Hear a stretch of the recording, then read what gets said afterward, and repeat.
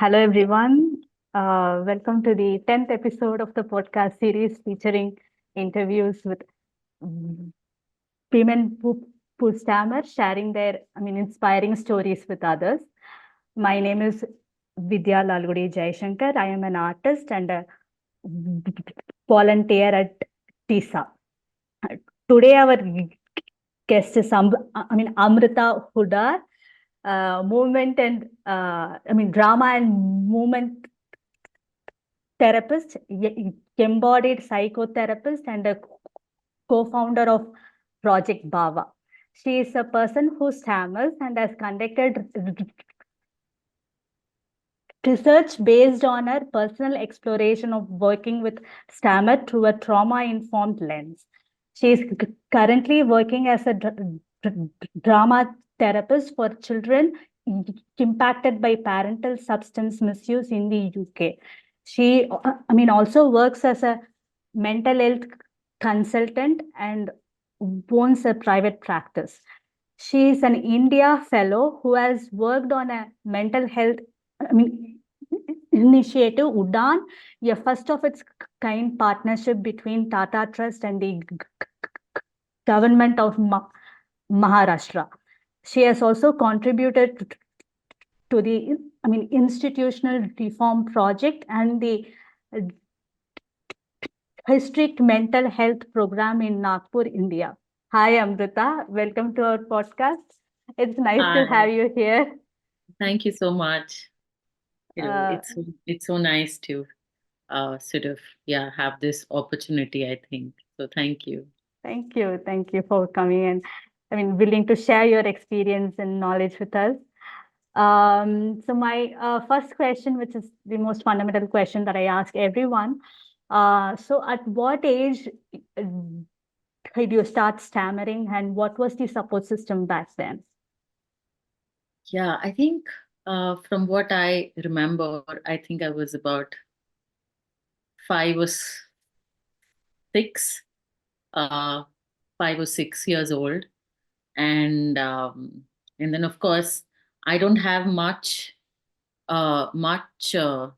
memory about what really happened, but I do remember that there was a distinct sort of um, um, a memory where I think I was on stage. I was supposed to, narrate something. I think I was in first grade or something, and it was a, some like poem I had to recite on stage. And I think I got stuck at the same sound, like like I think all of us know, like these certain sounds are so hard. Yeah. I think that was where I remember, and that experience of just standing there, the word not coming out, and just having to see the entire audience just staring at you. So yeah, so I think that was my first experience of it. And then of course, this was like way earlier. So of course, I think not a lot of information was actually available. So I think my immediate support system was actually family itself, like my grandparents, my parents, and my immediate family. So I think we were all trying to find answers as to what's happening, and like I think so many things of, yeah, I think try this thing, like, apply that on the tongue, Yeah. that will help, this will help. So yeah, so I think it was there. Yeah. So you went to any speech therapy at the young age, like for this? No, I don't think I went to any speech therapy as such. I mean, at least how we understand it now. I don't think we went to speech therapist, but of course we had gone to. I do remember we had gone to somebody who's a hearing and a speech specialist to just see if I'm able to hear, and you know, Mm. uh, and all of that. I think that was something that started, but I think that's where I sort of heard the term that, oh, I stammer. But Mm. since I'm from Bangalore, I don't know, there was something that was there. It was called a Stammering Cure Center, Okay. somewhere in Bangalore. Okay. So I sort of go probably when I was 13, 14-ish. And oh my God, like I think that was, honestly, to say, that was a very traumatizing Mm. experience for me to just go there and just yeah, I mean, it was like you have to do your speech exercises, vocal exercises, and if you don't do, you're going to hammer for 5 more years and things like that. So it was almost like, what? Like, first of all, I have an issue, and on top of that, you tell me if I don't do it, I'm in trouble more. I'm like, what's happening here? Yeah, so I think that was, yeah, definitely something. Yeah. Um, Apparently, the center is still there. It seems. It's from oh, Sajal Agarwal. Yeah. oh, Yeah. wow. Okay, It's great. running. Oh my God. Yeah, yeah, Yeah. yeah. So I think that was a very Mm. interesting experience for me. And I was like, I don't think I'm going back there like ever. Mm, But mm, yeah, so I don't think I've gone to speech therapy as such. So I think whatever has happened has sort of been my own exploration, I think. Sort of. Yeah. yeah, I understand. So now you are currently working as a drama and movement therapist. So can you please explain what it is? Because it's new to us. Like we would like to know more about it. It sounds very interesting, to be honest. Yeah. So basically, I mean, of course, the idea has come from the thought that arts itself have such a healing quality, or arts can be used as medicine, in that way. So I mean, I'm sure, like, if we go back, in time, there's so many examples that have existed where, along with, if somebody is ill, they always had a art support with it. Like, for example, there's this one example from Greece, I think, ancient Greece, where there was a, sort of a sanctuary where Mm, somebody who's ill would sort of come in. They mm, had a sort of a underground passage that would lead uh, into a theater. So basically, they would go and watch, comedies, tragedies, so that as a way of consuming art. So mm, that's also a way of, healing. So basically, this field has come from the idea that art arts have such a healing quality, arts have such a transformational quality. So mm, basically, this falls at the intersection of psychology and the arts. So basically, as a therapist, we go a little beyond the traditional psychotherapy, which is just talking. So we mm, use arts in that process. So we sort of, bring the um, intersection, or the interaction of the mind and the body, and mm, how they interconnect with each other, and how sometimes the mind influences the body and the body influences the mind as well.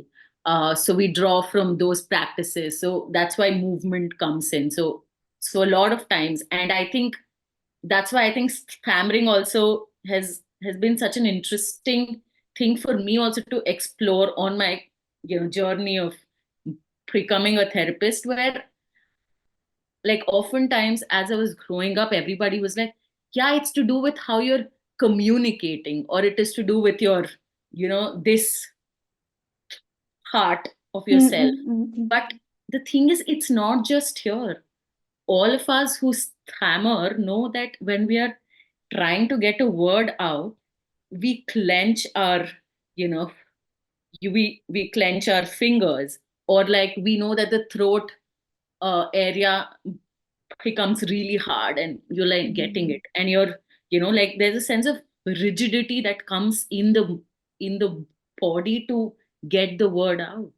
So why is it that we are only then focusing on, oh, maybe if I talk like this, that would work. Maybe if I, say something like this, it would work. But it's also there in the body. So I think this is also something that, as a drama and uh, drama and movement therapist, we're looking at these things that are often not seen when you are um, sort of just trying to talk about it. So it's sort of going underneath into the symbolism, into seeing Mm. how the world is actually surrounded by art. So, like, for example, a lot of times we have an image, or we have dreams, or we see very abstract things in our dreams. So, why not invite that in the therapy session itself? Why not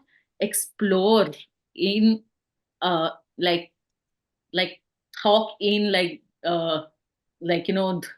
different images. Like, for example, we often say that, oh my god, I am so hungry that I can eat a horse. Like, Mm, mm, mm, mm, these are the things that we say. So we often communicate in images. mm, So why not, uh, why not look at those images? Why not see what those images hold? mm, So therefore it's all in the creativity. And we often, uh, in the world that we are in, with, there's often this, this bifurcation with what is a very, very mind and a cognitive form of activity. Like, uh, for example, we are using computers, we're using like a very logical side of things. But what happens to the creative side? That can mm, also be nurtured. And it is in the creative that our emotions lie. mm. That's where our emotions actually come out from. Like when we watch movies, we watch hello the, madam, sorry. yeah.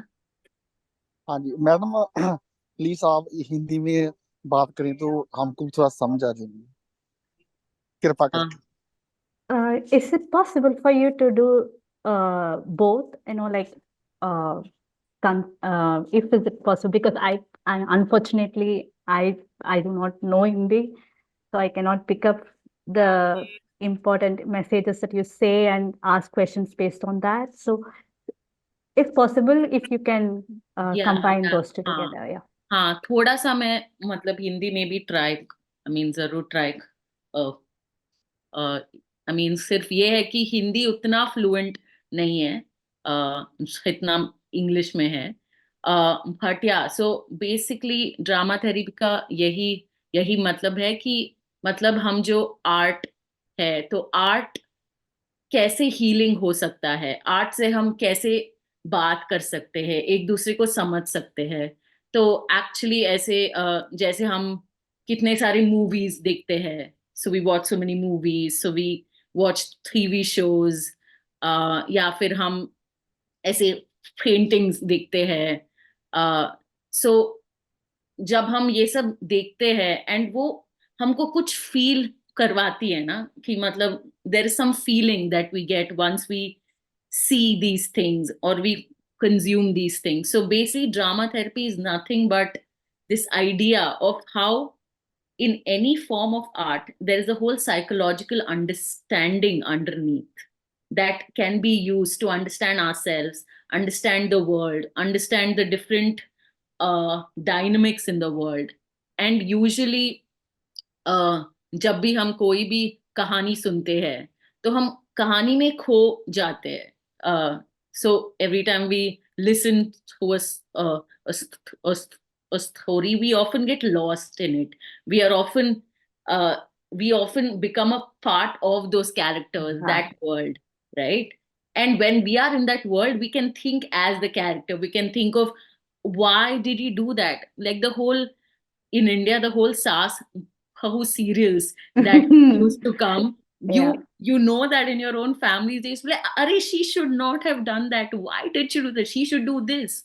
So it's easy for us to say when we are watching stories, right? So the idea is, when you can do that in stories, why not explore that in the story and then connect it back to the real life. So basically, that's what drama therapy is, wherein you basically distance yourself from your own issues, and you use symbolism, you use imagery, you use art that exists in the world, and then you connect it back to your own life, basically. So that's what it is. And I think even in as like in terms of stammering also, we often know that I mean, at least in I mean, I've heard of some others as well, that oftentimes when those of us who stammer and we take up another character, like in theater or drama, we don't stammer at all. Why? That is because as that character doesn't stammer, so we feel okay in doing that. But it is something to do with our own characters, that maybe there is the stammering concept attached. So I think that's also one of the reasons how I see drama therapy also coming together in my understanding of stammering as well. And also, when you say that, it reminds me like this actually makes us stammer more when we are ourselves. But then when we adapt another character, then we become like a viewer, and it's something like uh, it also mostly depend on how much we judge ourselves, how much we think others are judging us. So a lot of things are, as you said, psychology plays a huge role in having that perception towards ourselves, and how we understand and connect with our stammer. Thank you so much. My next question is: you started as a classical dancer and a performer, and then gravitated towards therapy. So, what made you to take that direction, and what inspired you in the first place to, yeah, I mean, I want to go to therapy, not, I mean, to that direction especially. I think you still perform. So, Yeah, yeah, yeah, yeah. yeah. Yeah, I think ever since I've grown up in a family where we are mostly into dance, classical music. And so that is something I've grown up around. So, and it's such a huge part of my childhood as well. So I started dancing at the age of 4, and so it's a long journey as well. And it's also very interesting, because it's there's this thing of course dance was a huge part of life, but I think there was a thought that ever since I started stammering and things like that, I found freedom when I used to dance and move. So it was almost like one of the languages, that is Mm. the language of the body. I was able to flow, whereas I wasn't able to flow in the way I was speaking or trying to communicate. So I think dance was important for me in that way, where it felt freeing, that I could move the way I want and do everything like everyone else around. So I think that's when I also decided that I will not get into any field where I have to use this language. I have to, speak, or I have to. So I think it was very clear. I'm like, no, I am like, I think I, what, 8 or 9 years old, I was like, I have made this like life, decision. No way. I am not going to go into any field that requires me to use my verbal communication in that way. But I think over time, what happened, of course, I had like a major career, this thing where I basically, of course, did my undergraduation in like English literature, performing arts, and psychology. And after that, I went into a completely different field, which was basically art, but in terms of like I went into history, archaeology, and like that field. So I was basically working in Bombay, and I also did my initial masters in that, basically ancient Indian culture. So I was working with different exhibitions and like that kind of things. But something seemed like very lacking, where it just felt like I'm working with a section of the society which is supposedly comes from a very high socioeconomic background. I mean, because if you work in the arts space, so it's, I mean, it is fancy, like, so of course. And I think that's where I realized that there is a major part of me that is unsatisfied. That's when I sort of randomly applied to this India Fellow. So India Fellow is a social leadership program, actually. So wherein you get to be in that fellowship for about 13 months, and you're basically working with grassroots organizations, trying to solve grassroots problems in India. So you get to work with NGOs and things like that. So there, actually, I applied, and then they had this series of interviews and assessments, and it so happened that I got in.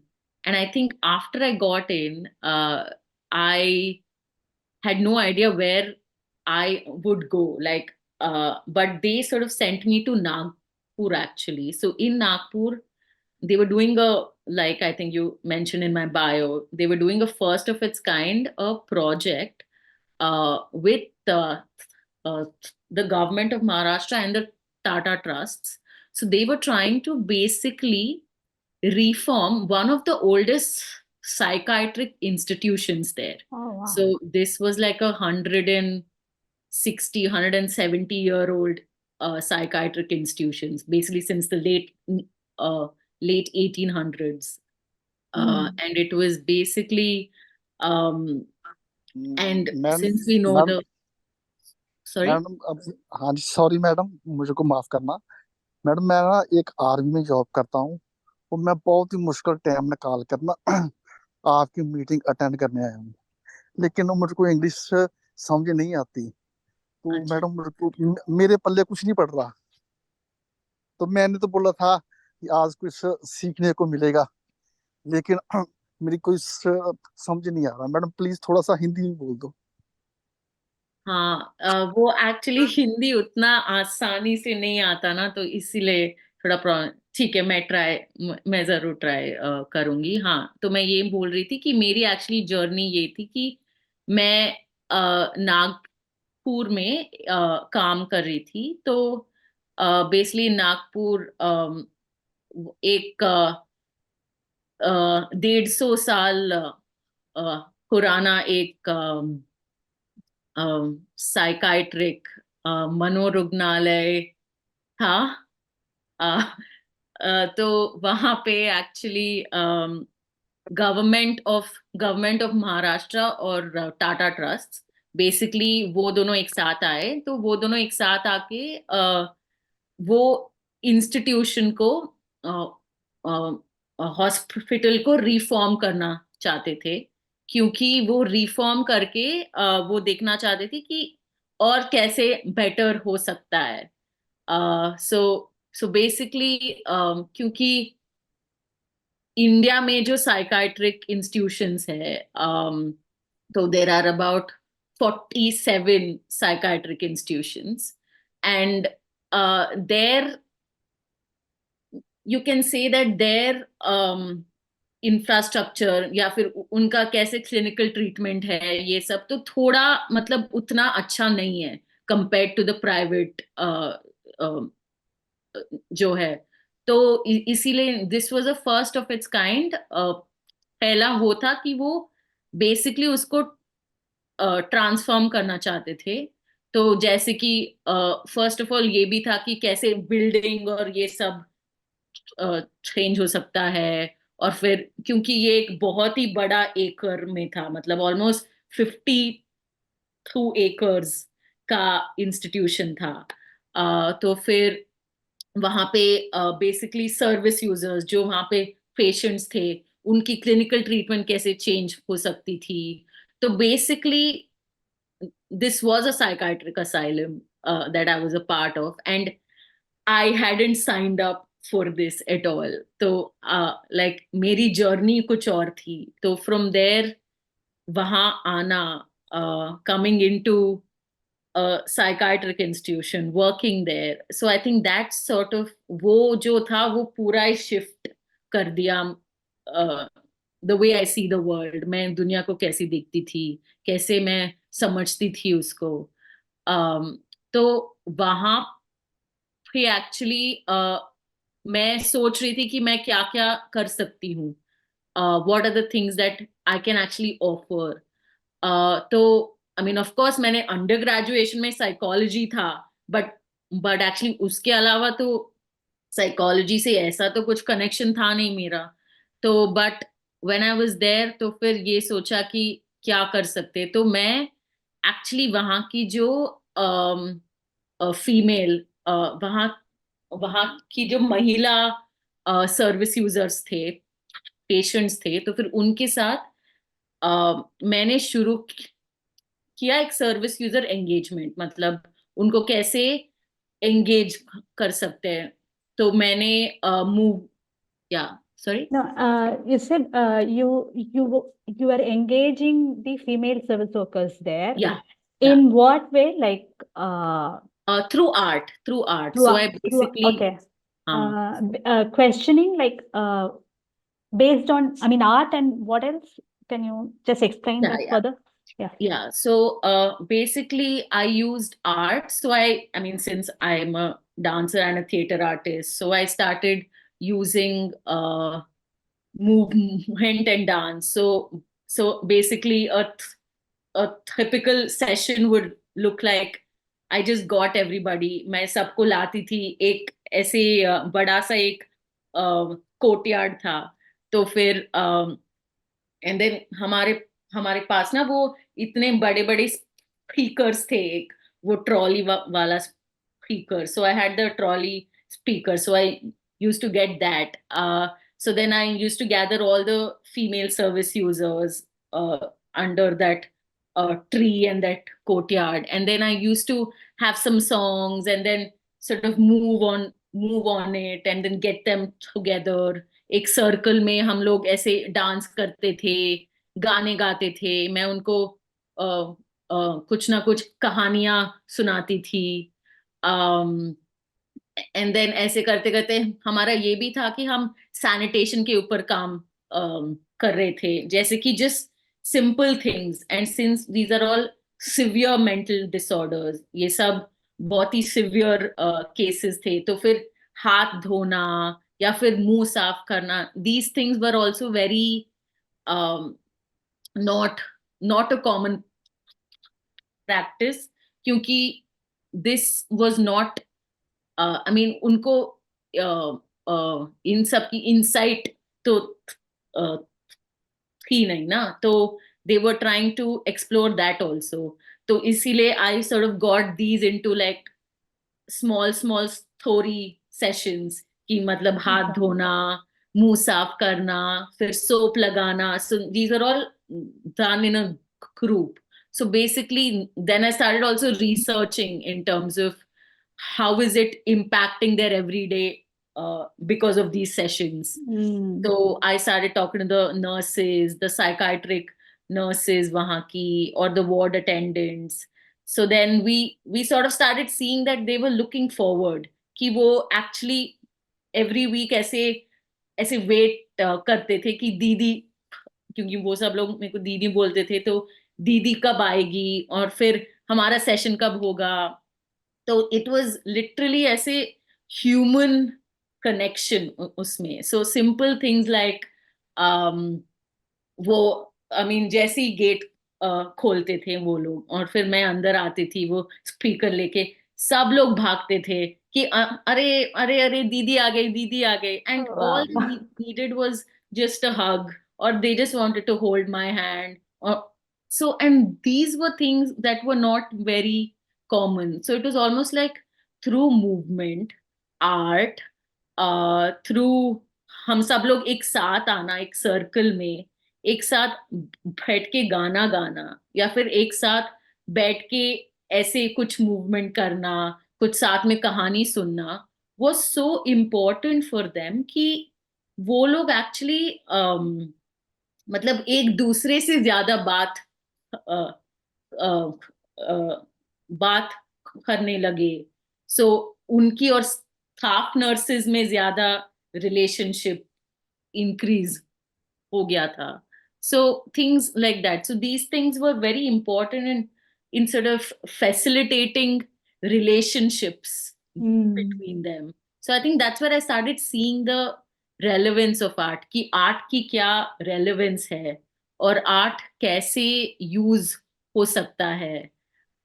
So I think ये experience के बाद मेरा फिर थोड़ा I was like oh, यही तो interest है, यही तो मैं करना चाहती थी, क्योंकि I am an artist.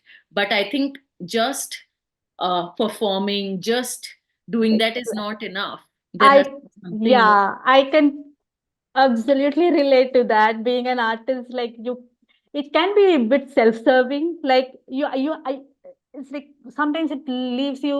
I mean, for me, I felt like a waste of space many times. So genuinely want to connect and do a difference through art. It's something which is absolutely fulfilling. I can understand from where you are coming. Thank you for sharing this. Um yeah, you were saying something. Sorry, I couldn't Oh no, control no, no. myself because I Yeah. wanted to say this before also, and now I thought, okay, you're coming to this point. I have to pitch in. Yeah. No, no. I Yeah. think that only, that I think art, then I realized that art has so much, and actually we don't realize, but I think at least in India, I mean India में अगर हम देखें तो हमारी हर एक festival के साथ कुछ ना कुछ आर्ट है। मतलब जैसे कि नवरात्रि में हम 9 दिन नाचते हैं, मतलब 9 दिन गरबा होता है, डांडिया होता है, सब लोग एक साथ आते हैं, सब लोग एक साथ कम्युनिटी में नाचते हैं, क्योंकि वो एक साथ आने में और वो कम्युनिटी में होना एक हीलिंग प्रोसेस है ना। तो वो ऑलरेडी है, बट वही है कि हम उसको उस तरीके से देख नहीं पाते हैं कि, या फिर एक साथ बैठ के जैसे कोई भी फैमिली गैदरिंग हो, हम एक साथ बैठ के अंताक्षरी गाते हैं, मतलब सिंपल चीज, और फिर सेम सेम गाना भी गाते हैं कभी कभी, बट उसी में कितना अच्छा लगता है जब हम ऐसे एक साथ मिलके कुछ भी क्रिएटिव, अगर if we manage to do something creative, it just helps us so much, and we feel like we are a part of a group. So I think that was very important for me. वो मेरे लिए काफी जरूरी एक सीख थी, like a lesson. So I think from there I was like, I I want to do this and see more. And I think India में अभी अभी ये वाला field आ रहा है, like how can arts and psychology come together, or just the idea of arts for well-being in that way. Yeah. Arts, and I think now तो there's a lot of research, अभी तो काफी research आ रहा है कि कैसे arts can be used with anyone and everyone throughout the world, like from maybe like a 1 day old baby to somebody who's 95, 96. Like there is so much that you can do. So I think wahi se that need for using it the way I do, I think wo aaya. So I think from there, of course, I came back to Bangalore. Then I did a short certificate course in dance movement therapy. But of course, that was a very short one. So I had more like, I think वो course करने के बाद मेरे काफी सवाल थे, तो वो सवाल ही ज्यादा हो गए थे, तो आई वाज लाइक नहीं, फिर इससे ज्यादा कुछ और, I More need questions. Something, Yeah. या Okay. Thank you. या something more. So then I moved to the UK. तो मैंने यूके आके अपना मास्टर्स कर लिया था, drama and movement therapy mein.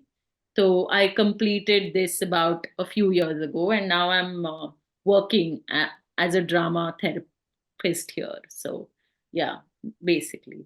Oh, wow. It's a really interesting journey. Thanks for sharing, because it's like nowadays I feel like there is a slight disconnect between art and I mean us, like in the sense because of social media and a lot of other stuff.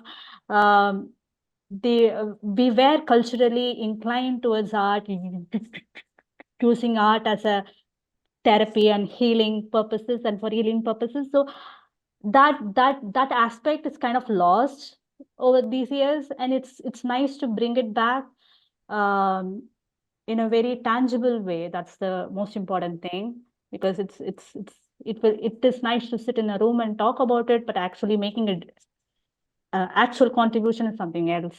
So thank you for doing that.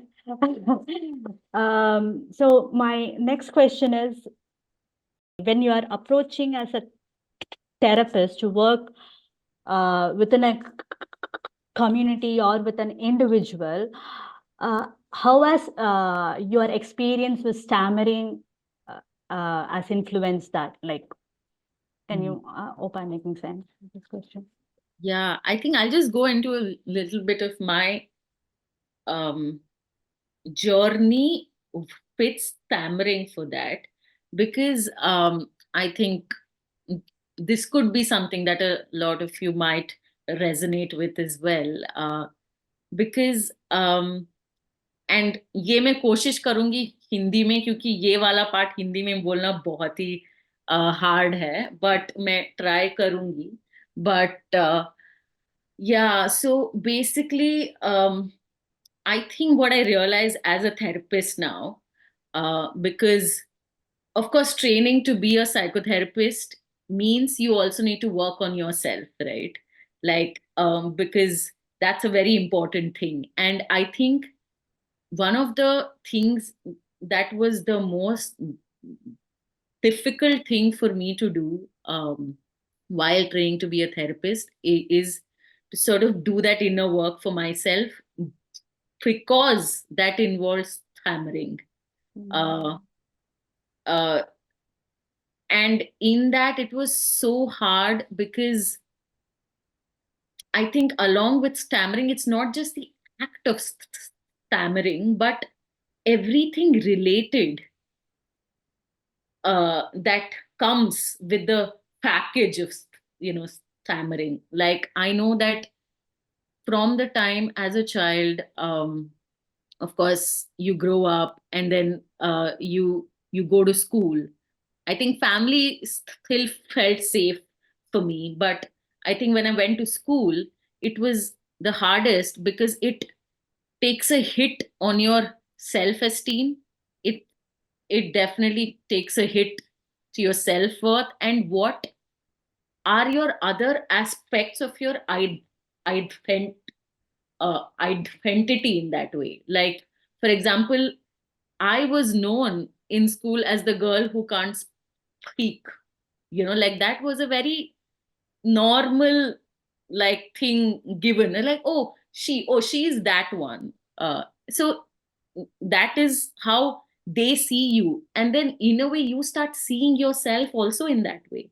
So it was almost like that was the only identity that I carried for so long, right? But I think, and then of course a lot of bullying things that come with it, uh, because I often found, when I'm trying to connect with somebody else, or I'm trying to talk to somebody else, and if somebody makes fun of me, it's hard to even sort of say no, or just ask them to shut up as well, because you're going to stammer in that, and again they're going to laugh at you. So it's almost like, just shut your mouth and just shh, and Yeah. do not say anything more. Yeah. So I think with that, and of course, as school ended, I just thought that if I think I'm not stammering, nobody will see that I'm stammering. But of course, now I realize that it was something called dissociation. I completely dissociated. Like I forgot, like I stammer. Maybe I've stammered, but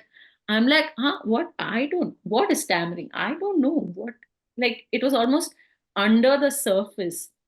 And I feel like I've existed like this for a long time until I decided that I'm going to train to be a therapist. So when I sort of, I think I still remember when I decided and I got into my master's. It's the first day of master's. And I somewhere knew that, which meant that I had to confront these things. And then from then, just saying my name as well, oh my God, has used to be so hard. In that first introduction class, everybody is having to introduce themselves and say their names. And it was my turn, and I was like frozen, and I'm like, and it took me so much time to just say Amrita. Like now that I'm saying Amrita, like it's so normal, but there, I don't know what about it was so hard. And and then I was like, great, this is my first entry into my training as a therapist. Amazing. And I think that's where I sort of realized that, oh shit, this is going to be really hard to sort of go through. So I think that's the time that I sort of started. First, I think the journey was accepting stammering for myself. And I think sort of moving away from all the other ideas that come with it. Like, I think just seeing stammering as a separate thing from you. Like, I think that was the journey that happened. I mean, separate as in like stammering is something that happens to you, but not you. Yeah, Like, I understand. Yeah, like, yeah. so that's an element. That is one experience of so much of you, in that way. So I think that was so important for me, that I am different, my stammering is different, and we both share a relationship. So I think that was something that held. uh, And yeah, I'm sorry. And that relationship that you have, because I always like to ask this question with people. So when you say like the relationship that you and your stammer has, yeah. like how, I mean, like how is it, has it changed over the years? Like how? Yeah. Yeah, very much. So I think, of course, it started off as something um huge, like almost like a huge monster. I don't know when it's going to come and hold me, or like when. So it's like that fear. So that fear of, oh my God, okay, there is something. So it's like, I think that was there throughout school, where I used to be like, oh my God, just don't. So I think that's the time also, these different techniques, no, like, because you're so scared of something, you're going to avoid it at all costs. Yeah. Like if you know that you have to read something in class, you're going to count exactly. Like I think that's where Yeah. my maximum mental capacity was used to, like, okay, 1 2 3 4 5, so many children, okay, that means, okay, so exactly at that point I would run, Yeah. to the loo, where I'm like, and then come back, and then of course, hopefully by then everybody Yeah. is Period is over. forgotten. Yeah. Exactly. So things like that, where I think it started off with this huge monster of like, oh, that, and then of course from there it sort of moved into like this thing that I think locked in one closet after that. And I was like, I'm not going to look at you. You're not going to look at me. We both don't exist for each Yeah. other. Yeah. But that is not the solution. And then, of course, over the years, it sort of piled up. And then when I came in, and as a therapist, I had to Open open the that. door. Oh, shit. So I think Wow. then I think it was a overwhelming thing. So then it just felt like I was, I don't know, um, like I feel like stammering was in control for a long time. Like I think then in that process of trying to be like a therapist, I think it was like stammering was trying to come to the forefront, and then I am like trying to fight it. I was like, you stay out. So I think there was a lot of that fight that happened, of like, Wow. yeah, like I really feel that. And then so many times I know that I discussed with my therapist, with my supervisor, my clinical supervisor, we had to have all of this on the course. So I'm like constantly, trying to have this discussion. Maybe as a therapist, I'm just going to leave stammering out of the room. Like it has to be out. So I think my whole energy went in like keeping it out of the room. Like I'm like, This you, is while you were practicing or like no, I'm training, training. still Okay, in the fine. Sorry. training. So Yeah. we had a lot of internships as well in the Mm, training. mm, mm, mm, mm. So we had to seek like maybe group therapy. So we used to work in schools, we used to work in Mm. different ways. So there it was often there that we had to do that, where we had to sort of um, you know like see clients. So there I'm like constantly, I've had this session, I'm like, okay, no, maybe in this session stammering should not come. No, it's like, so it's like constantly Mm. that, like there was no settledness with it, but we're like constantly in that struggle of, are you going to be ahead or am I going to be ahead? So it's still holding so much weightage in that way. Like, but I think interestingly, it was during that time also that I got in touch with other identities of mine and I started valuing those. Like just the idea of me as a dancer. Like I was like, I am a dancer. And that can be as important as me being somebody who stammers as well. Like it's not like it has to be, or sometimes it can even be more than this, or like Mm. some other identity can be more than this. Mm, mm, So mm, I mm. think that thing of keeping this identity more than the other was a journey that happened. And I I explored something while the course as well, that I realized how resilience as a concept is so active and so alive for individuals who stammer, because we are constantly thinking of coping ways, or how are we going to get out of this situation. Like we're like, okay, this, and we use all our brain capacity for that. And that's amazing, because that is what coping is, that is what resilience is. So I think sometimes it's not wrong to have these ways of coping as well. So I think this idea that resilience was there, and the fact that it has helped me navigate so many years of my life, so many areas of my life, I think became a concept that I started um, really holding on to. That, okay, there is this thing of um, how do you uh, you know that how one can go through most difficult situations but still be able to bounce back and continue with Mm. whatever. So I feel like that thread of resilience was often there throughout my life, and I think that realization started forming when on the course and everything. So I think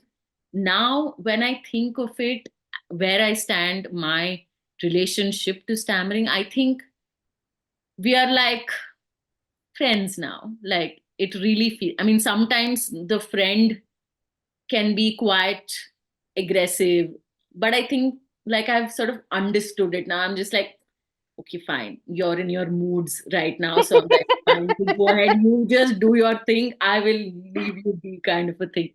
So I Yeah. feel like I've reached there. So I think, but it also knows where it should weigh on me. Like I think, for example, in a therapy session when I'm with a client, it has taken a back seat now, where I'm like, it is not to do with me and my relationship with stammering. This is to do with my relationship with my client, and how I am engaging, um, uh, how I'm engaging with my client, and what's happening there. So, and then of course, this is a conversation that I have, with my clients also in the first session or the second session, where I'm like, I am somebody who's spammer. So in case stammering comes into the session, then stammering will be something that has got to do with me. It is not to do with you. But of course, if you have any questions around it, if you have anything that you want to know about it, you're most free to ask.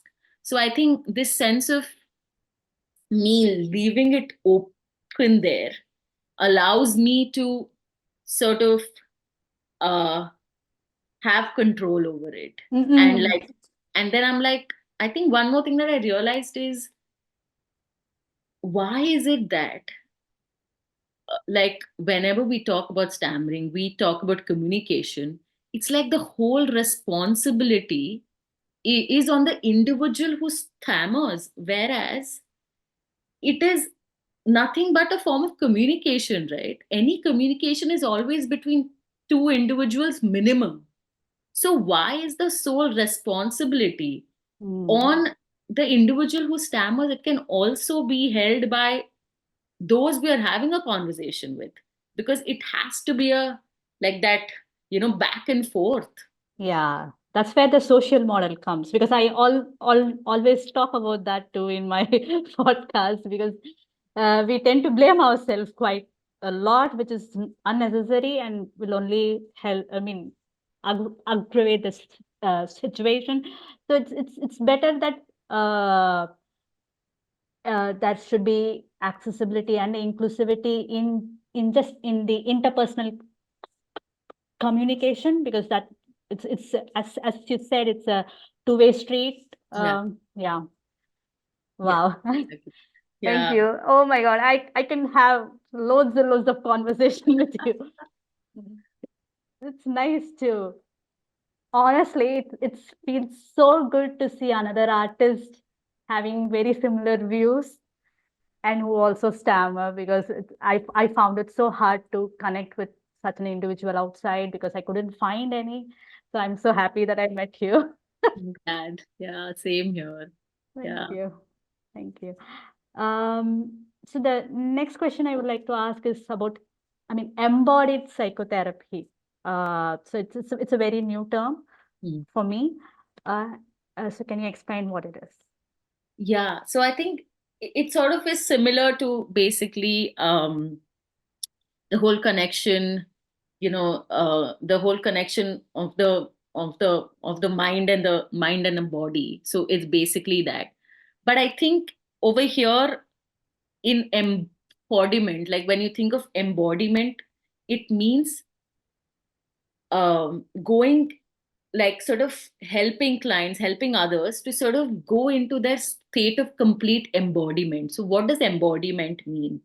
So for example,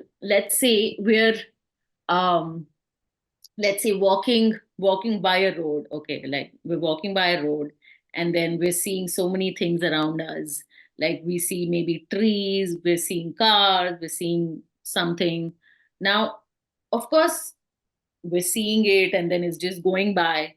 But let's say we see a car, okay, and that car is maybe um it could be, I mean, the example that's coming to me is like maybe it's your ex boyfriend's car, and then you're walking and then you just happen to see a group of individuals, and then some of them look like your ex boyfriend, and then there's some other people in the group, and then you're suddenly like, oh my god, and then your mind is suddenly making different connections. Oh, so maybe that happened, and maybe he's come out somewhere, and this and that, and then you're in that complete space of what happened, this happened, that happened, and then you're in that loop. And the thing is, other things that you saw on the road did not stay with you as much. You saw them and they just went through you, but these connections you made, they have found and they are in your body somewhere. And then you have physical sensations that are coming Mm. up. Like oftentimes if we are scared, we feel like, oh my god, like my chest feels a little rigid, or like my hands are sweaty, or like are so basically what does this mean? It means like a nervous system Mm. is not regulated. Like we're basically uh like our nervous system gets a little like uh like this regulated, when something like this happens. So then, so basically, embodied psychotherapy is that work with the body through sensations, through understanding nervous system. And I think that was also important about stammering also, because what happens to us when we stammer, like the effect it has on the nervous system as well, right? So this thing of, I know that, of course, initially when I started, the first time I had the experience, that experience and the impact it had is somewhere encoded in me, in my body, that I am so scared that if it happens again, that I am going to feel it again. So where is it in my body that I'm feeling that sense of that anxiety coming in, or that sense of uh, that uncomfortable feelings coming in? So it's like your body is signaling that, hey, now there's a situation where you have to say something, and you have to say your name, and now you have to introduce, and oh my god, you can't do this, you're going to die, like those are the thoughts, and your body is like so then, so that's your nervous system basically on like complete hyper arousal. Yeah. So how how can you basically calm your nervous system? So basically, embodied psychotherapy is nothing but working with the nervous system, working with the body to sort of I mean, of course, we can't stop ourselves from not being anxious or not having, these regulations or different, ways that the nervous system may act in. But the thing is, how is it that we can be not regulated, but how fast can we come back to a very regulated state? So, embodied psychotherapy is working with that. So, how do you expand? So, the regulated state, it's called a window of tolerance. So, basically, how do you expand the window of tolerance? So now I try this a lot of times, where I'm like, if I have to say something, if I have to speak something, I'm like, I try to calm my nervous system, like get into the space having a calmer nervous system. Otherwise, if I am on an overdrive, or if I am on a hyper arousal, then I'm going to feel so much, I'm going to be overwhelmed. But if I'm a little calmer, then I'm like, okay, so I'm able to have that sort of interaction, I'm able to have that sort of a connection with the world, with those, and I'm not very lost in my own self and my own thoughts and my own feelings around when I'm trying to communicate. And I think oftentimes that's what happens. There was there was this American speech and language therapist. She had written a experience with one of her clients who stammers actually. Uh, so she had written a small excerpt of what that experience was like for her client. So her client was like, it's like, I'm there, I'm trying to speak, but I'm unable to. And I can feel everybody's eyes on me. And it almost feels so scary that I want to just not exist anymore. Like in that moment, I just want to vanish. Like, so she calls this something called, she uses a French term, la petite mort, which means like basically a little bit of death, like it really feels no like that. So I really feel like that experience is felt in the body. So like in the nervous system, so one is the hyper arousal, then is the regulated state, and then the lower stages where you don't feel anything, you just want to be numb, Yeah. basically. So we often oscillate from this, we're like and then go into that, I don't feel a thing. But where is that in between thing of where actually one can feel safe and communicate with the others? Yeah. So it's that that is lost. So I feel like I think that's where embodied psychotherapy has also helped me understand what embodiment means. Embodiment means being able to stay in the moment Mm. and respond to the environment while you're here, Mm. and then without anything getting, stuck anywhere, kind of. So Wow. it's you in sync with the world around you, and you able to safely engage with the world, basically. So that's what embodiment is. So embodied psychotherapy is a way of uh, allowing or facilitating that for the clients that I work with, basically, through Wow. nervous system regulation. Wow. When you say this, I also remember about one thing, like whenever I get reminded of some bad memories, it's always not the actual thing that happened. It's always the feeling that you feel in the body that I mean, that comes, you feel the pain inside your body. So when you say about that embodied thing, and when you talk about if you want, if we see or encounter something which triggers your memory, and you literally living that again. So it's kind of interesting how to, I really want to know more about it, how to come back to Yeah. the present and be there. Yeah. Use your senses, and just, like, I think one way is, of course, like, because our senses are the ones that receive information, so how do Mm. you engage your senses? So that's why movement becomes a part of it. And art, that's where art comes in, because art is a way to engage Yeah. ourselves and be in the here and now, kind of.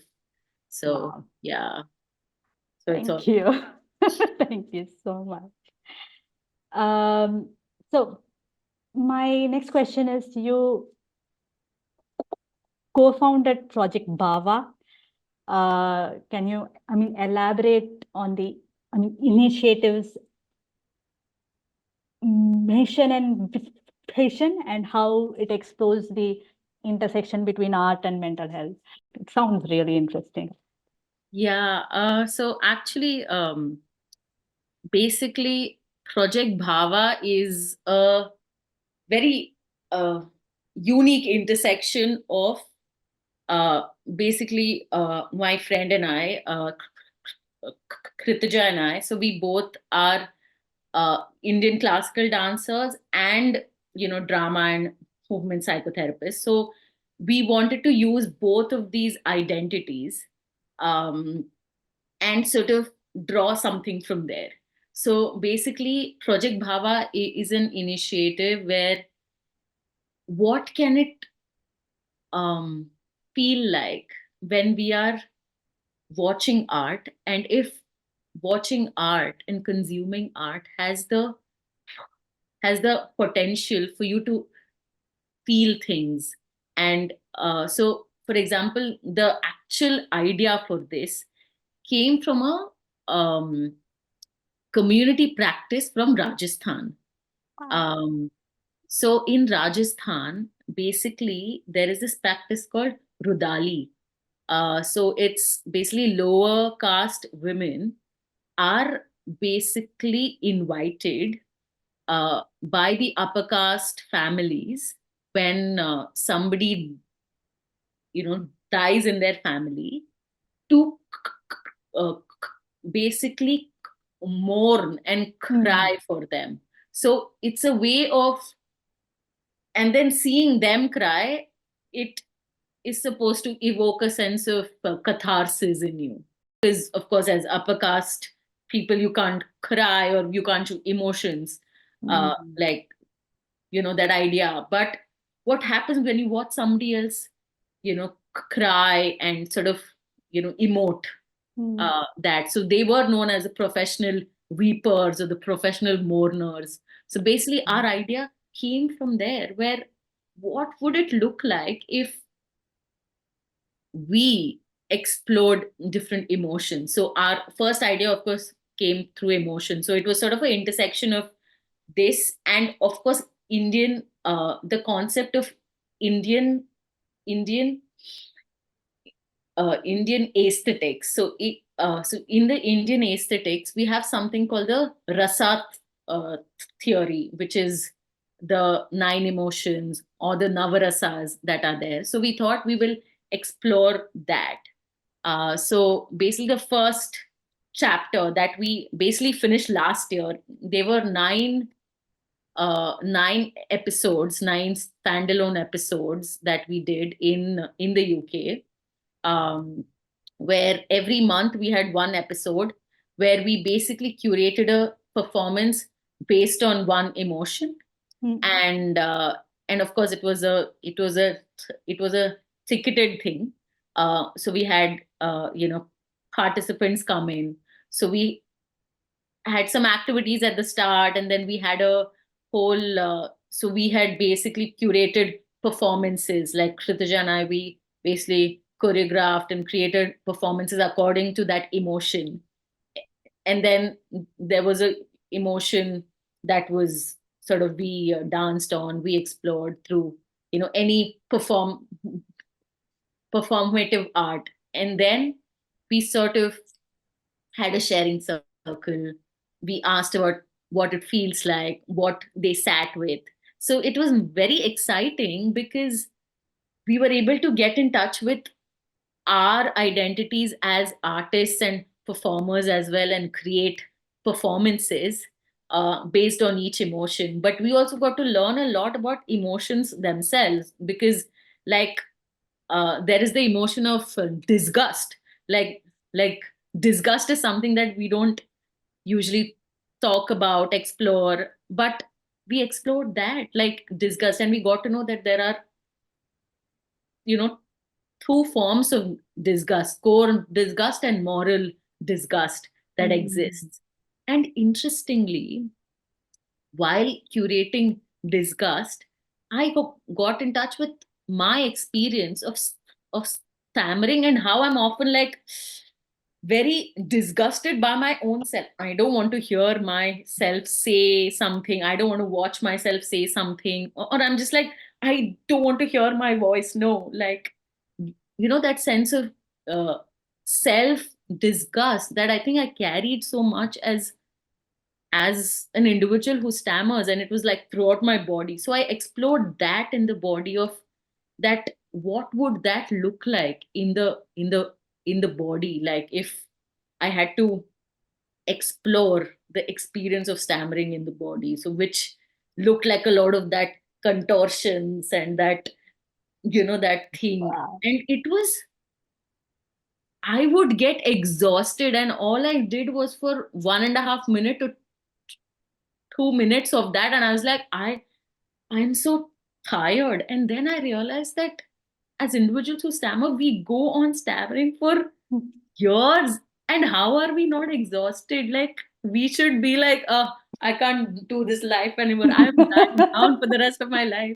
Like, it really feels like that. Like, so I think it was interesting because that's what we uh, did in Project Baham. We drew from our own personal experiences and we curated performances, we showcased them, and then we had a sense of sharing, exploring, talking about it, seeing how the participants understand that emotion, what is their relationship to that emotion.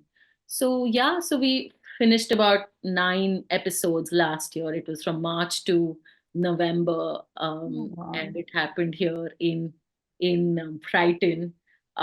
So we collaborated with the studio here.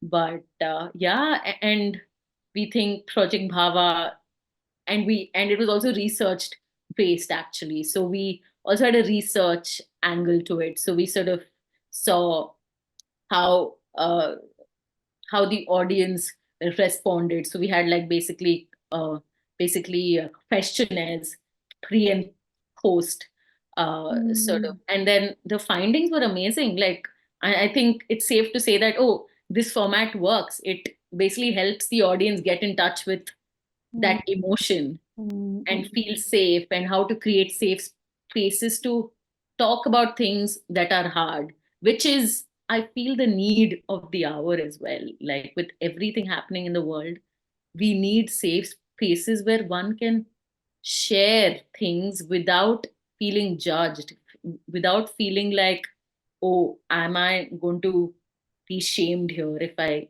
say this? So I think it's that. So it came with those ideas and those sort of intentions. And of course, since we are basically, Kritija and I are moving back to India now, so we're hoping to sort of explore it in India as well, and to do more in, Wow. in the realm of Project Bhava, and like more performances, art, psychology, and just, I think, building a community in that way, and through the arts. I think that's the idea that I would like to go with. Yeah. Wow, that's a wonderful initiative. It's yeah, as you said, it is a necessity of the hour, and it's high time that it is, you know, brought to India especially. Yeah, I can clearly understand that. Yeah. My next question is, you have worked with communities in need of support and also individuals who has encountered trauma. So how do you prepare yourself for this? I mean, to have that conversation with them, or like, uh, and as your uh, overall life experience also would have played a I mean, role in that. So how do you basically prepare yourself? That's my question, because it's hard to I mean, relate and form a good relationship with people who are mm, vulnerable. So how do you do that? How do you go about it? Yeah. I think one of the things that I think in relation to trauma, it sort of comes from my own understanding of trauma and from where I come from. So, I mean, there's this. So, I think a very important research point for me, or a research field for me, is basically the connection, intersection between stammering and trauma as well, that I am interested in, and I've been doing that for a while now. And so I think my understanding also comes from there of trauma, in terms of um, I mean, I think there are a lot of researches, a lot of things that people say that stammering is a form of PTSD, like a post traumatic stress disorder, and like how it basically, you're responding to something, a traumatic incident, and therefore it comes across as stammering is one of the manifestations of that, which of course, in some cases yes, in some cases no, but of course there is whole, you know, there's a lot of Genetics also yeah, involved. Yeah. yeah, exactly. So it's a little complicated space as well. But something that I explored was, I'm not sure if it's PTSD or not, but I think I realized it definitely feels like a form of complex trauma. So complex trauma basically means that when one is stuck in a cycle of trauma, uh, and they haven't gotten out of it.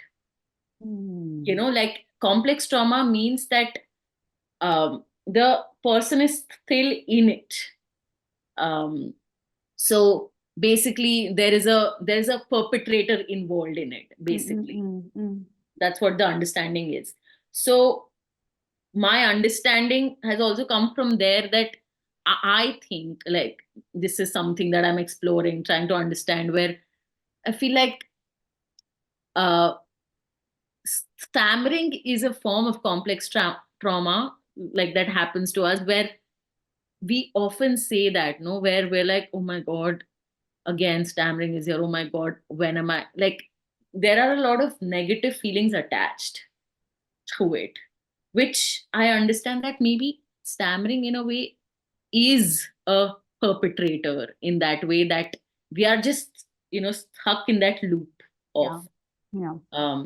So, yeah, so basically, I think that was my initial entry into it, and like my understanding of where I see it. Of course, it feels like now I've reached a space where I think this I answered when you asked me what is the relationship of stammering. Of course, it felt like a perpetrator long back when it was like that huge monster, when it was that and everything.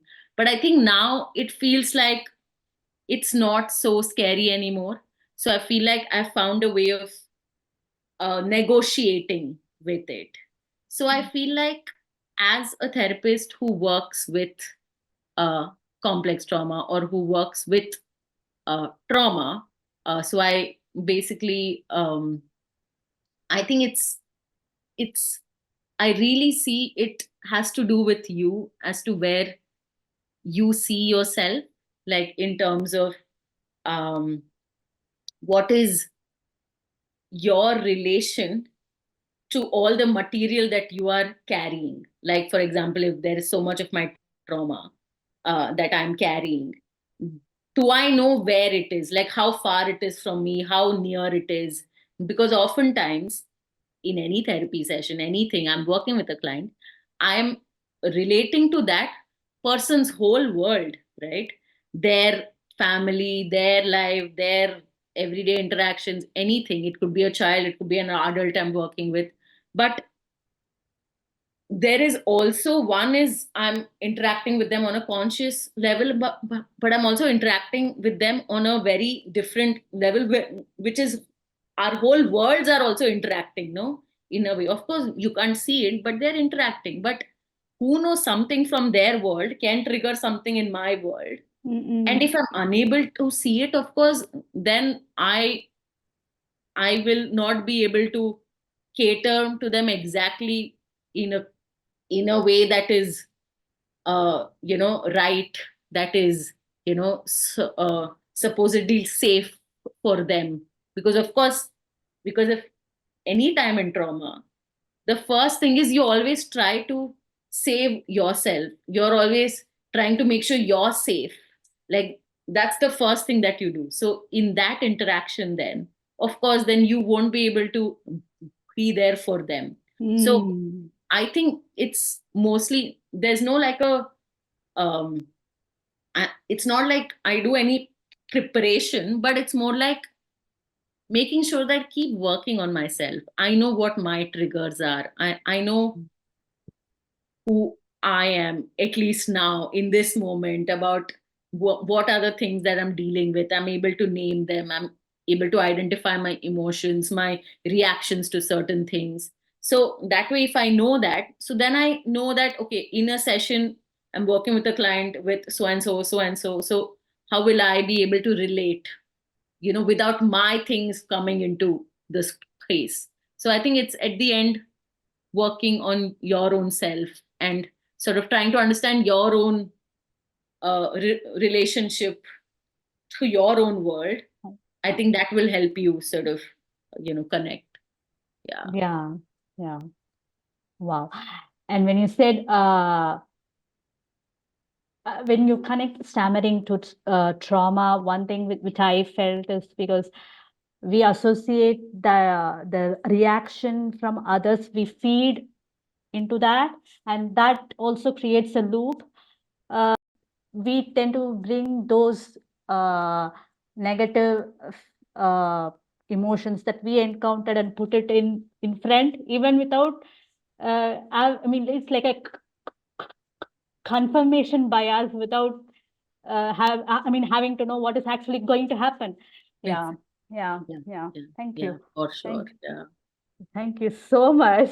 Actually, and also it's very interesting to get a perspective from a therapist, because it's nice to undergo what they actually undergo before coming and treating us. That is a very nice perspective to learn. Thank you. And my last question for today is, yeah, you have any final thoughts or reflection to share among us?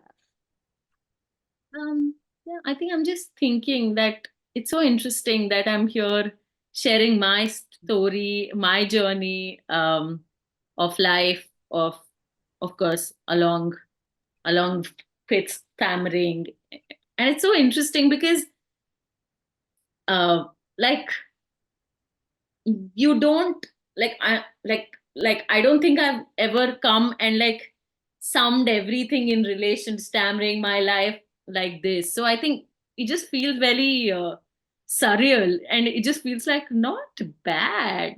I've yeah, not bad. Like actually, like I think I've navigated life, oh, like, you know, quite okay in spite of stammering, and then in spite of the things you hear as a child while growing up with stammering. You're like, you have those random teachers, classmates, like, what are you going to do in life and things. I'm like, hey, look at this, like, it's fine. So Yeah. yeah, so I think that sense, or that feels good, that that they're not true at all. Yeah. Yeah, I mean, you are able to see different facets of your life all come together for a reason. Yeah, that's, Exactly, yeah, exactly. yeah, Yeah, yeah, wonderful. definitely. So we have so many comments, so many questions. First, I'll go through the chat. Sure. So I mean, Aruna Kulkarni has said a wonderful initiative, what you're doing. And then we have, is there any TISA SHG group in UK? Which I think me and uh, Amrita spoke about that when we met. Hopefully, we will start doing it sooner. And then, yeah, I mean, Aruna Kulkarni also said about like straight from the art, you are speaking so well. I'm not pretty. I mean, Aruna, can you come and tell us about what you were talking when you sent that message? That's my aunt, actually. Oh.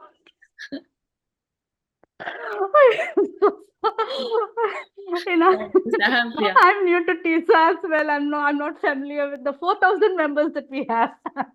No worries. No, More than no. 4,000, yeah.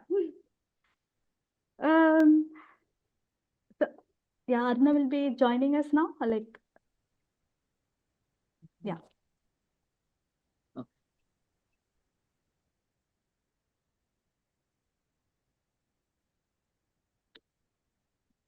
Hello, Arna. I think. Okay, I will move to the next. Harun has told like, how can I help a friend or family member struggling with their mm, mental health? Okay. Yeah. Um, yeah, I think, I think, first of all, I think the most important thing that you can do is definitely try to understand, like, offer a space to understand really what is happening with them. Like I think, you know, it's not, you can't look at mental health in isolation. Like it's not something that, oh, like, but it usually happens in relation to something else happening in life. So maybe try to understand what's happening, what's going on, and then of course accordingly, you can, you know, definitely consult a therapist, you can consult a psychologist. And if you think like maybe there is a need in terms of, like, you want to consult a psychiatrist, where you think that maybe there's a need for something severe, like, so then there can be, you know, medication as well.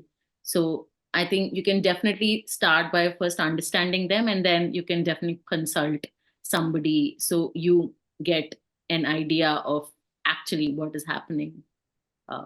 Yeah. Yeah, thank you. And then Aruna Kulkarni again has said like the realization that you have so many identities must have been the main breakthrough for you. Yeah, you have spoken about that. You want to, add anything further to that actually?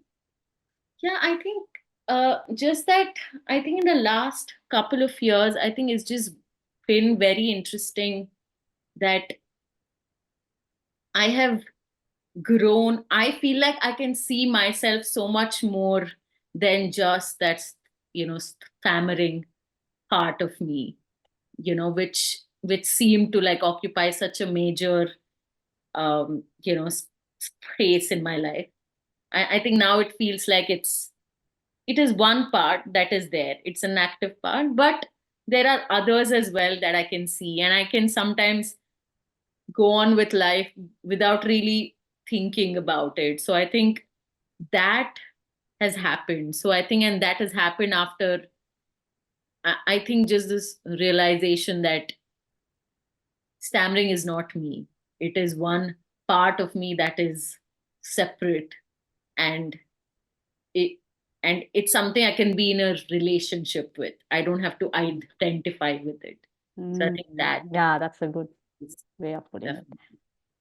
And then Harun has asked again, like, how does the nervous system influence our emotions?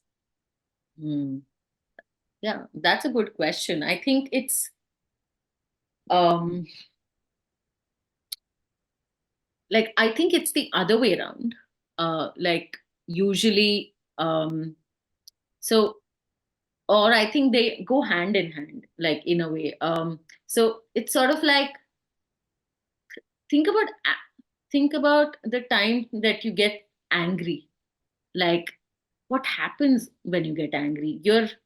You feel that energy in different parts of your body. Where does that energy come from?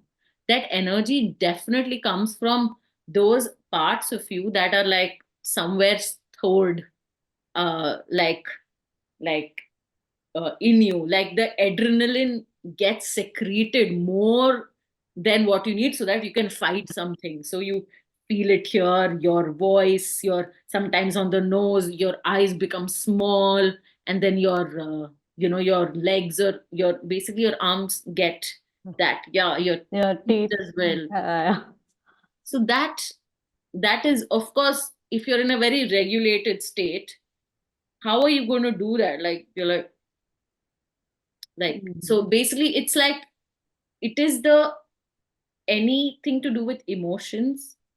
It also means energy, right? Somewhere, like, this has a lot of energy. Fear is also energy, but energy in your legs. Like, if you have to run from somewhere, if you have to be quiet, your shoulders are shrugged, your basically body just becomes very small when you feel scared. Your voice also becomes really small. So of course, there also your sort of your nervous system has sort of been impacted, right? So it's sort of, and I think that's why now there are a lot of philosophical underpinnings to this as well. Like, I mean, if you go to the Indian philosophy that is there, the the Upanishadic understanding, where that's why they say that emotions will come and go, but are you able to watch your emotions without your nervous system being impacted? That yes, this situation means you're going to get angry, so you're going to watch it, right? But I mean, of course, this is a very zen mode, but I'm just saying, like, uh, basically that's what it is. So it is understood that the nervous system and the emotions work hand in hand, and they do impact each other, uh, in that way, in so many ways. And this is something you can also think of, like, what happens when you're anxious. Of course, your nervous system is not regulated, but you feel it, right, in your body. If you're scared, your chest goes, like, really fast, like your heartbeat is fast, your throat is drying. So it's something that we know. So I think just observe maybe in like situations next time when you're feeling different emotions, and notice how is it, are you feeling low on energy, which is like the low, the the hyper arousal of the nervous system, and you're just like, God, I'm so exhausted, where you're so tired, and maybe you're sad. Like when you're sad, you feel so tired, right? And you don't want to connect with anything. So yeah. Wow. Thank you, Harun, for asking this question. It's actually very interesting one. And Ranjita, as so like she's so happy to witness this milestone of yours, being a fan of yours for 11 years and counting. Can't wait to see you spread your wings in different avenues for as long as I am alive. You have made me sensitive to the experience of stammering. Thank you for that. Oh, that's such a wonderful comment from Ranjita. Thank you. Do you want to say something about that? No, I mean, thanks, Ranji. She's actually like I've known her since my undergraduation, so she's definitely been an important person who's seen me through the different phases of life. So thank you for just always, being there. Yeah. Your mom has said, like, we have seen her journey and feel so proud of her. Thank you. Oh, yeah. Thanks for sharing, Soumya. Thank you. And anybody else wants to share anything, please? Want to ask any questions to Amrita? Yes, ma'am. I have to ask. Yeah. So uh, like, uh, uh, I feel so blessed to be part of this conversation. Yeah. So today, uh, I learned so many things. Yeah. Thank you, Amruta ma'am, for being here, and thank you, Vidya ma'am, for conducting this. Yeah. So I have a question, ma'am. Amruta ma'am, can you conduct a drama therapist session like that? Will be very uh, helpful. Vidya ma'am, can we make that happen? Like, if was possible. Yeah, I mean, yeah, I think definitely. Actually, Yeah. just the next week, there's a conference here in the UK. So the stammering Okay. uh, conference happening in the UK. Uh-huh. I'm actually doing a workshop, drama therapy workshop there, Okay. Okay. and Yeah. actually Vidya is also coming for it. So I think, Mhm. yeah, I think Yeah. definitely, I think this can be done. Yeah, at some Yeah. point. I mean, I am coming back to India now, so Yeah. yeah. Sure. Yeah. I just one more question. I'm definitely, so many things that you have told. Like, I feel that definitely there is some traumatized feeling that that comes up with the stammering, and now, like, when I talk with myself, like, I don't find any difficulty with speaking. So now I'm thinking like my stammering is because of this person. I mean, like, it's not me who's stammering, it's you who is making me stammer. Yeah. So yeah, like that I'm thinking, yeah, and yeah. So the thing is like, so I think that is happening because of the association of the past mm, uh, mm, memories that we have. And yeah, like you talked about the uh, embo- embodied psychotherapy, where like when we see something and we have some association on that each. So like for me, like I find very difficulty to speak with my father. So like someone who looks like my father. In the situation also, like I find difficulty in speaking. Yeah, so that association is happening. So my question is like how to uh, change that perception. Like I think the perception is what the uh, uh, life is about, and like yeah, the main is like how to improve the art of relationship. Mhm. I mean, I think it's a very interesting question. And I'm thinking, I think it's more like, um, also, I think working on the relationship between you and stammering as well, because I think, Yeah. um, at the crux of everything, it is that relationship, Mhm. Yeah. like, so I think, uh, of course, not taking away the fact that it's also to do with the other person, it is that. Yeah. But at the same time, I think, stammering itself holds so much, like, that maybe there is something in that relationship that needs looking at, maybe like, uh, I mean, of course, like, I think I also have those days where it's it just gets like very, like, annoying, like frustrating. I'm like, why, like, can you not, is there something happening? So like, Yeah.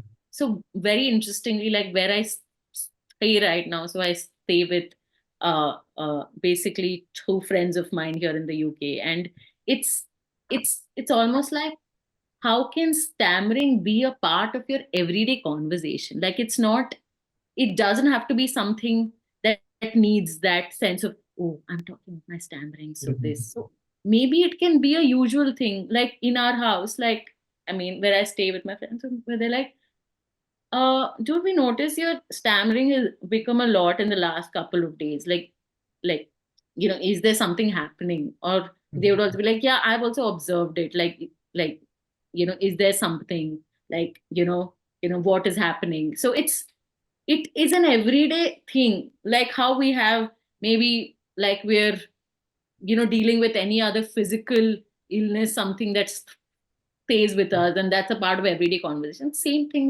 with stammering as well. It can always be a part of everyday thing, and it's also that can be held by everybody else. So, but of course, for that to happen, it that first step has to be taken from you, to Yeah.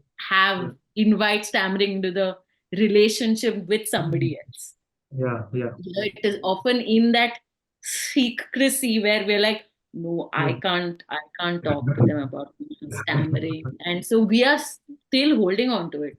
Right. Right. Why hold on, leave it, like, let everybody hold it, no, because if they also want to have a Mhm. conversation with you, Yeah. Yeah. now stammering is a part of it, so they will also have to develop a relationship with it. So I feel like that has something happened in my house now, where I think those I live with, they have also developed a relationship Wow. with it. Yeah. Yeah. So it's Yeah. a very Yeah. interesting way. So see how that feels like. Yeah, Mhm. I think Wow. Yeah. that would be my, yeah, thing.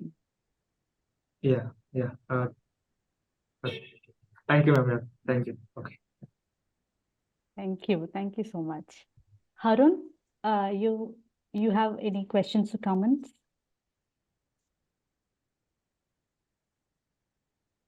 I want to ask, it was a very nice conversation between you and our guest speaker, and it seems that two sisters are talking to each other in a very friendly environment. My question is, what are the ways to enhance the mental health for kids or children? Are you talking about uh, you know uh, children or kids who have stammering? No, no, uh, general children, Okay. because we feel that kids have some pressure to in their life. So how we can help them to improve their mental health? Hmm. Yeah. Thanks so much, Harun, for the question. I think, yeah, I mean, definitely. I think children and kids, um, with the kind of competitiveness and with the kind of world we live in, and with the whole social media, internet, like there's just so much that I think when we talk about children, so I actually work with children right now, like my work here in the UK is actually with the children.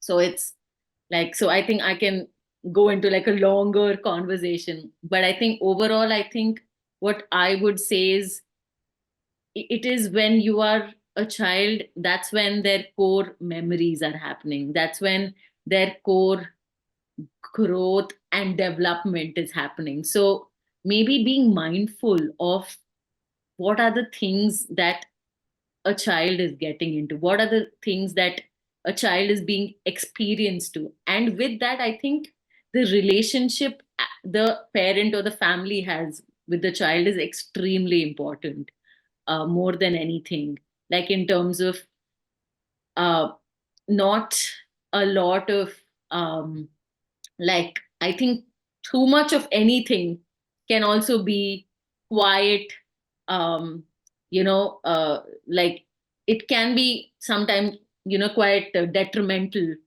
to a child's growth and health in that way. So maybe making sure that the child has unique experiences, like I think I was talking about uh, the nervous system and the window of tolerance, expanding the window of tolerance, and expanding the window of tolerance comes with varied experiences. So maybe, I don't know, I am somebody who's like, taking the children out, like outdoors, like that is something we do at work, where we do this summer activities, autumn activities, we just take the children out into the nature, and it's so good, where just let them free, and also trust your own children, or trusting the children in that way, because we are often in that zone of trying to protect the child so much that we forget that the child also has to enjoy the world the child is in, right? So sort of allowing experiences that enhance the child's experience of life, and seeing how you can expand the window of tolerance through maybe range of activities, like I think this is something I will, since my mother is here, I will definitely give it to her. She has sort of allowed me to have this range of activities. Like I used to go on mountaineering, hiking things, to dance, to, I don't know, friends, to this, and just traveling. So like there's been a range of things that I've had. So I think that has allowed me also to think beyond the box in that way. So I think that is also an important thing. So I think, yeah, that balance of caring for them but also trusting them, that definitely. Wow. Thanks for answering this question. No worries. Thanks for asking. Bundle of thanks. And thank you, Soumya, for bringing Amrita so courageous and kind, which is a very nice combo to have. Thank you so much. Uh, and yeah, I think any other questions? If anybody like to ask, please. Any comments?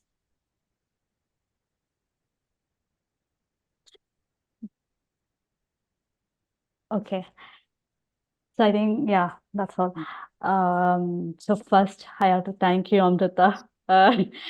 It's it's it's such a wonderful feeling to connect with fellow artists and also have a very, very interesting conversation. I think it has helped many PWS to understand the psychology behind stammering and how it can, how we can view the stammering in a very positive light or in a very have a good relationship, especially the way you spoke about your relationship with stammer and how it has played a role in your in your approach to different problems in life, or like different aspects of life.